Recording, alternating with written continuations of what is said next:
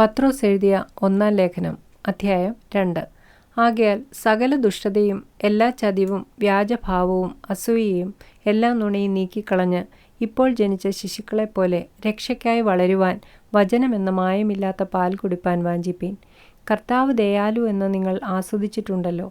മനുഷ്യർ തള്ളിയതെങ്കിലും ദൈവസന്നിധിയിൽ ശ്രേഷ്ഠവും മാന്യവുമായ ജീവനുള്ള കല്ലായ അവൻ്റെ അടുക്കൽ വന്നിട്ട് നിങ്ങളും ജീവനുള്ള കല്ലുകളെന്ന പോലെ ആത്മീയഗ്രഹമായി യേശുക്രിസ്തു മുഖാന്തരം ദൈവത്തിന് പ്രസാദമുള്ള ആത്മീയാഗം കഴിപ്പാൻ തക്ക വിശുദ്ധ പുരോഹിത വർഗമാകേണ്ടതിന് പണിയപ്പെടുന്നു.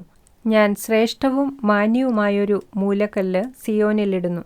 അവനിൽ വിശ്വസിക്കുന്നവൻ ലജ്ജിച്ചു പോകുകയില്ല എന്ന് തിരുവെഴുത്തിൽ കാണുന്നുവല്ലോ. വിശ്വസിക്കുന്ന നിങ്ങൾക്ക് ആ മാന്യതയുണ്ട്. വിശ്വസിക്കാത്തവർക്കോ വീട് പണിയുന്നവർ തള്ളിക്കളഞ്ഞ കല്ല് തന്നെ മൂലക്കല്ലും ഇടർച്ചക്കല്ലും തടങ്കൽ പാറയുമായി തീർന്നു. അവർ വചനം അനുസരിക്കായ്കയാൽ ഇടറിപ്പോകുന്നു. അതിന് അവരെ വെച്ചുമിരിക്കുന്നു.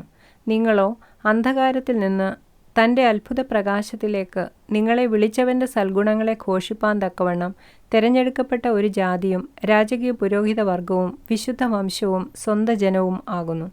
മുമ്പേ നിങ്ങൾ ജനമല്ലാത്തവർ, ഇപ്പോഴോ ദൈവത്തിൻ്റെ ജനം; കരുണ ലഭിക്കാത്തവർ, ഇപ്പോഴോ കരുണ ലഭിച്ചവർ തന്നെ.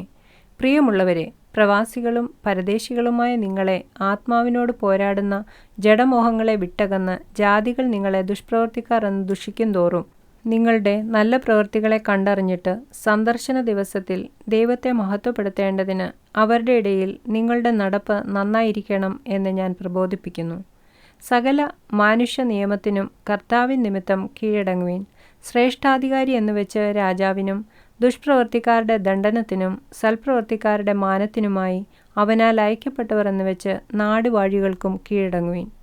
നിങ്ങൾ നന്മ ചെയ്തുകൊണ്ട് ബുദ്ധിയില്ലാത്ത മനുഷ്യരുടെ ഭോഷത്വം മിണ്ടാതാക്കണം എന്നുള്ളത് ദൈവേഷ്ടമാകുന്നു.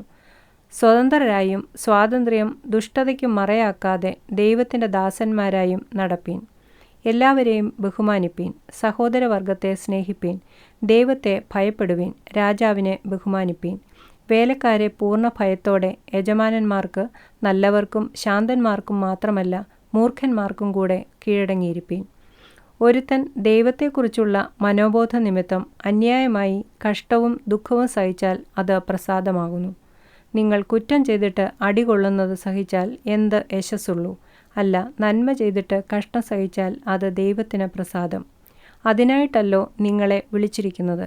ക്രിസ്തുവും നിങ്ങൾക്ക് വേണ്ടി കഷ്ടം അനുഭവിച്ചു. നിങ്ങൾ അവൻ്റെ കാൽച്ചുവട് പിന്തുടരുവാൻ ഒരു മാതൃക വെച്ചേച്ചു പോയിരിക്കുന്നു. അവൻ പാപം ചെയ്തിട്ടില്ല. അവൻ്റെ വായിൽ വഞ്ചന ഒന്നും ഉണ്ടായിരുന്നില്ല. തന്നെ ശകാരിച്ചിട്ട് പകരം ശകാരിക്കാതെയും കഷ്ടം അനുഭവിച്ചിട്ട് ഭീഷണം പറയാതെയും ന്യായമായി വിധിക്കുന്നവെങ്കിൽ കാര്യം ഫലമേൽപ്പിക്കുകയത്രേ ചെയ്തത്. നാം പാപം സംബന്ധിച്ച് മരിച്ച് നീതിക്ക് ജീവിക്കേണ്ടതിന് അവൻ തൻ്റെ ശരീരത്തിൽ നമ്മുടെ പാപങ്ങളെ ചുമന്നുകൊണ്ട് ക്രൂശിന്മേൽ കയറി. അവൻ്റെ അടിപ്പിണരാൽ നിങ്ങൾക്ക് സൗഖ്യം വന്നിരിക്കുന്നു. നിങ്ങൾ തെറ്റി ഉഴലുന്ന ആടുകളെപ്പോലെ ആയിരുന്നു. ഇപ്പോഴോ നിങ്ങളുടെ ആത്മാക്കളുടെ ഇടയനും അധ്യക്ഷനുമായവങ്കിലേക്ക് മടങ്ങി വന്നിരിക്കുന്നു.